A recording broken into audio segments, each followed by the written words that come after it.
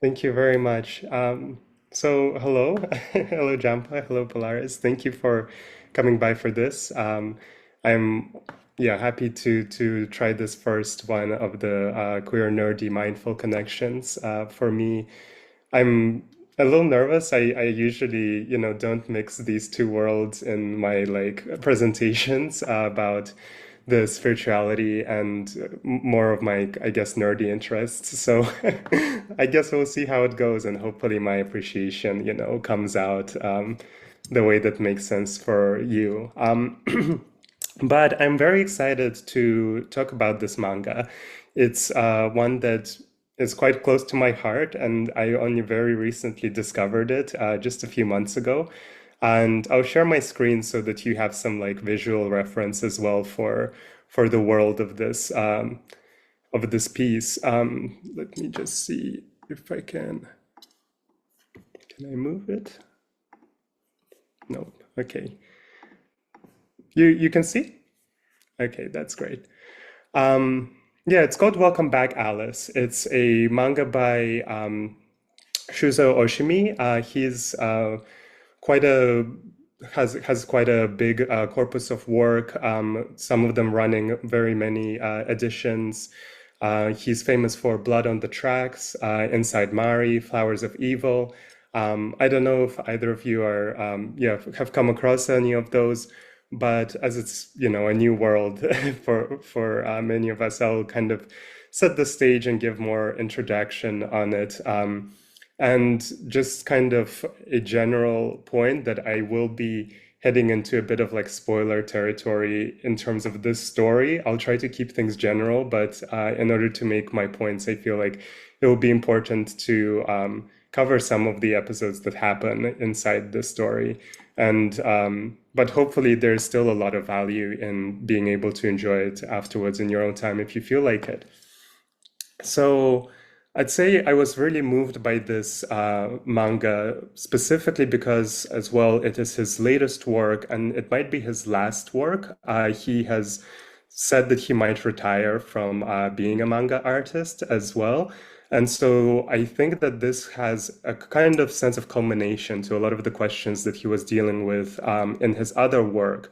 And these are usually quite existential questions about, what is a sense of self? How is it constructed? What things define or restrict how we are free to construct our sense of self?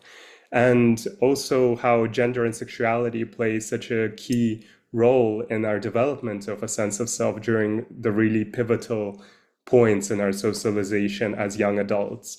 Um, I think these are very prominent themes for the queer community, of course, but also something that I always highlight is that the concerns of, queer communities are very much the same concerns that spirituality and philosophy have dealt with for as long as humanity has existed. I mean, at core, it's a very active engagement with existential philosophy that's being presented here. And we can see that because, the Buddhist sutras ask a lot of these same questions. We have this very famous sutric analogy of the chariot and all of its parts. And it asks, at what point do just pieces of wood and metal that we get from the natural environment and from all of these causes and conditions coming together become a chariot? And at what point of taking them apart is this idea of a chariot gone? At what point does it disappear again? And this was, of course, an analogy for our sense of selfhood. It's the idea that, we begin as a bundle of cells and then we decompose into a bundle of cells at death. And so, at what point does a human really possess a self? Or at what point does the selfhood emerge out of these causes and conditions? Or does it ever really emerge or exist? That's kind of my interest with this. And Oshimi explores this through his core cast of characters. Um, so here we have going kind of from left to right, Mitani, Yo, and Kei. They are three childhood best friends from elementary school, and they have this very tight-knit friendship group that unfortunately, as they age and go through the school system, becomes shattered by the social pressure for girls and boys to be interacting primarily through like romantic, not platonic engagements. And so in this story, a kind of love triangle setup is created where Mitani falls for Kei and Yo falls for Mitani. And there's a lot of miscommunication, and the friendship group kind of drifts apart as this happens. And at a pivotal moment, Kei moves away to Hokkaido because of his father's work. And so this exploration that they're undergoing together is interrupted until high school. And this is where in the story Kei returns into the life of Yo and Mitani, but is very different in terms of their presentation. They have significantly shifted. I mean, they still use he, him pronouns, but kind of interchangeably. So I'm going to go along with that. But has this feminine appearance that takes the other friends by surprise, and they don't even recognize Kay at first at all. And Kay makes the statement that, you know, they are done with being a guy, but it doesn't mean that they want to become a girl. Kay wishes to rekindle the closeness between himself and Yo, and that is, you know, kind of met with a lot of confusion and mistrust from Yo because Yo doesn't really know how to relate to Kay anymore, especially because Kay's personality has become a bit more forward and flirty towards Yo. And as we often see as like a heterosexually minded young man, he finds his identity really threatened by the romantic advances of Kay, who he perceives as a guy. And this is a trope that we've seen in manga since the 80s. In 1981, we have Hisashi Iguchi, who published the series Stop Hibari-kun, in which we have a protagonist of a similar age move into a family friend's house, and at first is very excited to meet this girl his own age, who he finds really attractive. And then you know, he finds out that she's not cisgender, and he's under this huge pressure to assert his heterosexuality and dramatically reject her. And of course, you know, this is kind of a transphobic, you know, reaction that we come up with a lot in the real world. And it's also very much linked to another manga trope, because of this kind of relationship of being tricked, I guess. There's this archetype of feminine queer-coded villains in manga, as there is, you know, in Western animation, and a lot of, you know, media that we consume has this queer coding of villainous characters. But this is a specific instance where the femininity of characters who a lot of people presume are masculine is seen as a villainous trait in and of itself. We have the puppeteer from Ghost in the Shell, Griffith from Berserk, Grell from Black Butler. These are characters who are introduced as villains, and their feminine beauty is kind of like coded as a disarming quality. And it bears pointing out that all three of these characters are also, in one way or another, transcending humanity or are inhuman. And I think that's not accidental, that it's kind of coded that those who reject gender norms are somewhat mysterious and otherworldly, but also uncanny, and, you know, can't be trusted to be what they appear, is the story that's kind of being told with this coding. And I would say that the aesthetic that Oshimi borrows for Kei is very influenced by this archetype. However, Oshimi uses this language in quite a subversive way. This image is from his previous manga dealing with gender identity called Inside Mari, where he also employs this idea of body swapping between a high school guy and a high school girl in a kind of Freaky Friday scenario, which is a manga trope as well, to deal with the whole sense of like the fact that we have more selves than one internally. You know, it's possible to actually break out of being only one identity. And so he's bringing the same kind of perspective and subversion into Welcome Back, Alice and its characters. Now, Yo's reaction to Kei's change of appearance is very different from Mitani. Mitani experiences a very kind of, I would say, a selfish grief of losing the guy from her childhood fantasies. This is kind of, this unpredictable shift that she sees in Mitani, the unpredictable shift that Mitani sees in Kei threatens her sense as a heterosexual woman as well, from having been so attracted to him before.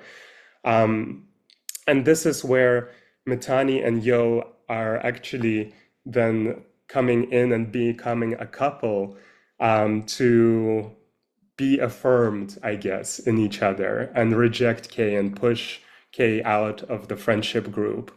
They're both very much fueled by wanting to be successful heterosexual participants in a kind of dualistic desirability dynamic that is very much at play in a lot of young people, but I would say just in general in our social culture. They both measure their worth by their external ability to elicit a kind of stereotypical response from the opposite gender. They are pushed into a codependent loop, and they both reject Kei in order to avoid confronting the fact that neither of them feel fulfilled or natural in the roles that they're performing as a couple. And this is a scene from later in that scenario, and witnessing them kind of doing that to each other is quite heartbreaking for Kei. I think this is one of the sadder illustrations in the book. And Oshimi, he's a real expert of kind of these subtle emotional faces that I think are so beautiful. And this is especially heartbreaking for Kei because simultaneously, as the relationship with Mitani was progressing, Yo has been secretly maintaining a relationship with Kei that has become more romantic and more sexual. And, this is another experience that's very relatable to a lot of trans feminine people, of kind of being a secret that is where a man can, or a person who identifies with that can let down their guard, but not in front of other people. It has to then be rejected in the public eye. And after this scene, Kei has this moment of discussing this experience with a new friend of his called Ano, who is also exploring gender outside the binary. And I'll just read Kei's words for the next few panels because I think they really touch what's kind of happening in this dynamic. And then Mitani, she laughed and said, "Such a boy, huh? Mitani needs a boy so that she can be a girl. Sex and love are her tools. I can't get on board with either, but Mitani, I wonder if she dragged Yo into sex to hurt him and me. Love and sex were the same in the end. I'm in there too. I wanted to get out. I thought that with Yo, that with him I could do it, but I was just projecting my own desires of him, borrowing the form of a girl and using sex. I'm neither one thing nor the other. I'm so ugly." Kei is really going through it at this point, and we witness, a self-awareness here, but unfortunately a very pessimistic one, of what all the characters are really doing, of stabilizing their sense of self from the reactions of others, from how they're received and seen by others. And throughout the relationship between Yo and Kei, this dependence is shown through a kind of nostalgia that they possess for their friendship from way before any of these kind of desirability dynamics come into their life. And they revisit their elementary school and kind of experience these moments of grief, remembering what they were like before. Yo can't seem to experience love for the person he's becoming either. He feels lost when he's not actively defining himself by his contact with Kei and Mitani, these romantic interests in his life. Desire is this kind of constant to which he pins his identity to. Um, and it feels, like he's not a full person because of this. Um, and Kay and Yo bond about this of wanting to return to a purity of childhood, to rediscover their true bodies, their true souls, how they would have turned out if these social roles weren't forced on them, throughout their life. And a character with whom this kind of dynamic is explored from a different perspective is Ano, the other character who's kind of experiencing this shift in gender. She first encounters Kay in the hallway and, without knowing anything about this person, asks Kay to model for her drawings. Kay says no. This has been kind of Kay's policy throughout returning to the school to not allow people to approach him who are interested about his appearance or, exoticizing a gender diverse person. Um, After this rejection, Yo does come up to Ano and explain more about Kay. And Ano admits that she also wishes to be done with being a girl or a guy because heterosexual desirability dynamics have never felt natural to her either. Um, and later, Kay does let her draw him, and the scene is very touching because they bond, and Kay describes the sense of suffering that he has about not fitting either gender role, about being neither one thing nor the other, and therefore feeling like not enough of anything. There is, I think, here a kind of nihilism about gender identity because Kay sees that gender is a social construct, but once you go outside of it, he feels like, you kind of perceive directly the nothingness that it's built on, and you're left lonely because everyone else doesn't want to, you know, drink from the same well of sanity as you are. Um, and in this moment, Ano completes the drawing, which is this emotionally resonant portrait that Kay feels really represents, how they see themselves. And fascinatingly, this drawing is a different style from the rest of the manga. And you might, think that it's because a character is drawing another character, but in a different scene earlier, Ano presents a drawing that's much more similar to Oshimi's own style.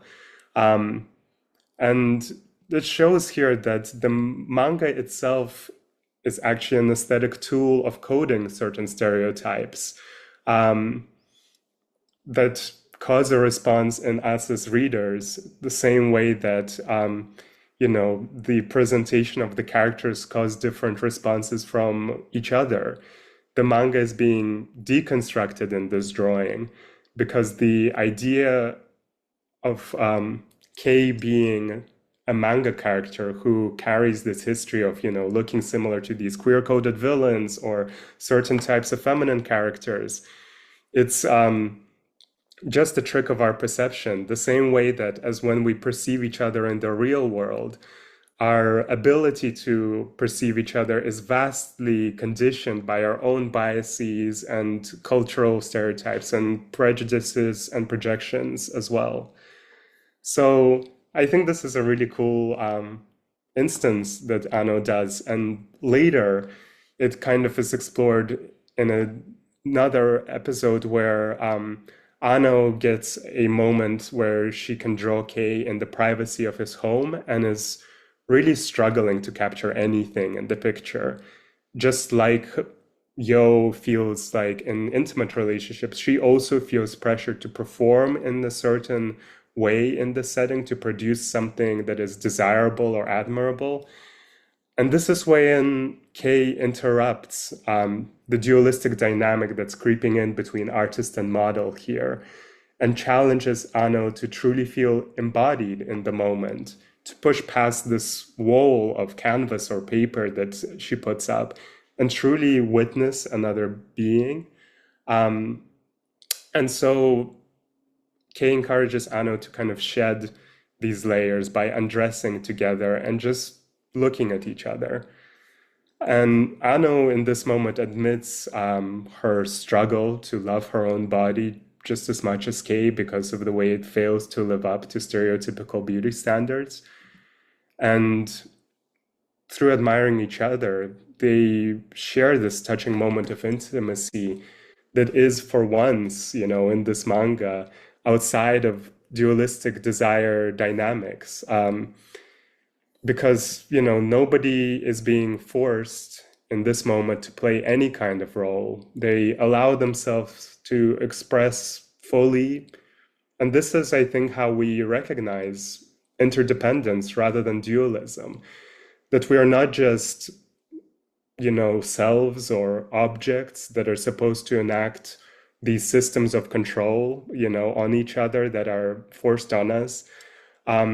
But actually, we can tap into this continuum of experience where self and other really become blurry, and therefore this kind of wealth of kindness is available because you're not feeling the need to comply to a system, and you're not feeling the need to control another being. And I think that, it's a really beautiful moment. And Ano describes this as being saved by Kay, about being reminded of the joy rather than the nothingness that awaits us when we cut through dualism, because the whole world is on the other side. And this is, I think a very Buddhist idea. Towards the end of the story, Yo and Kay, this main couple that we have, realize that their nostalgic purity that they were chasing is also an outdated narrative. It's, a tool of differentiation between the past and the present, between this kind of process of individuation that in order to be liberated from, they can't use, this tool anymore. They have to build a new narrative together. And ultimately, that's what they attempt to do. The realism of the manga as a piece of art kind of really starts to meld as they experience what I think is similar to a Buddhist meditation technique, sitting together and saying, let's return to something beyond our identity, beyond this idea of purity of childhood, and finally into a sort of clear light. And, this is when we are talking about the no self in Buddhism. It's not a nihilistic form, and it's also not a kind of eternalist idea of we're all one. It's more that it's a continuum, it's a process, always in motion, always in the middle, because everything is interdependent with everything else. So there's not a kind of definite outline that separates us as one thing or another, and therefore also no way to succeed or fail at anything, because there's always the next moment. There's no final stage. There's no this fatalistic idea. Even in transition, we talk about male to female, or female to male in this dualistic sense, as if transition ever has a finishing point. But in my experience, it's really a continuum, a flow, a transition that is happening simultaneously to our bodies transitioning into old age, and all of these other processes that are continually part of existing. And even past death and what we would call a selfhood, the body continues to transition. It continues to exist in an ecology, and it also, from a Buddhist point of view, continues to exist in a realm of rebirth. And this is why they don't just go into clear light and stay there, and the manga ends and kind of says, wouldn't it be better if you didn't read all of this suffering? They choose to, what they call, make their bodies over again. They choose to return to being human beings in order to meet each other again. And this is also something that, you do in a lot of Buddhist meditation practices. You experience emptiness, but you choose to return to dualism while knowing that there is no dualism really, that there wasn't a separation between these two things. And so you're returning with a very different perspective and a very different embodiment, while everything might still appear the same.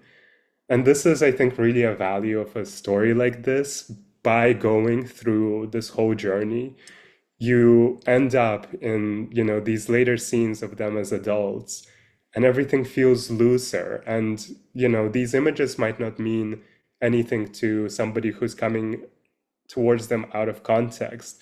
But once we've gone through this emotional journey between these characters, we really feel that, there's a secret layer to an image. There's a kind of larger existence that's coded within this, within what we're seeing. And this is also kind of, when you approach Buddhist imagery, there's this idea of it being self-secret, that there's imagery that people who haven't experienced certain practices can appreciate on an aesthetic level, but only once they go through a personal relationship with themselves and a personal transformation can you actually experience the multiple layers that are contained within an image as well. And that secret is kind of, it's right there. You just have to, open yourself up to seeing it. And I think Oshimi's afterword to this piece is very prominent, especially these last few paragraphs. I'll read them out as well. Now I've finished drawing it, I'm still not done with being a man, nor with sex, nor have I been able to get rid of my discomfort with being myself. The one answer I have found is to keep being done with where I am now. Where to go next changes each moment. It's not as if there's a finish line. I must always look hard at where I am and seek another way of being. Rather than running away by imposing my illusions on others, I must keep stepping down from myself. Probably the pain will never fully heal, and at times I'll hurt others due to this problem of mine. But each time I want to look for where to go next. I want to say again and again, I'm home, and tell myself, welcome back. I think that's the best I can do. And yeah, I kind of get chills reading that. And, the manga being called Welcome Back, Alice. Alice is not expressly named as any of these characters. So I wonder if this is a private symbol of Oshimi, or maybe this is someone that one of the characters will become. It's kind of an open question, and Alice in Wonderland. So yeah, that's what I've had to say about this piece. I hope it was enjoyable and yeah, opened something for thought. Thank you so much for giving me the space to say it.